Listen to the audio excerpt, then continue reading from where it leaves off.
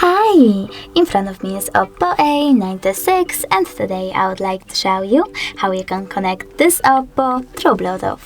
Firstly, go into settings and tap on Bluetooth. Then tap on the switcher to activate it and just wait for available devices to show up. When they do, you need to tap on the one that you wish to connect to. In my case, this one. And wait for the pop-up.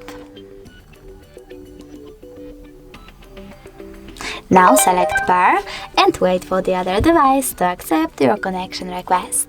As you can see, my devices were successfully connected. If you want to disconnect them, you can do that by clicking on the little icon next to the device and selecting unpair. Thanks so much for watching. If you enjoyed this video, don't forget to leave a like, comment and definitely subscribe. Bye!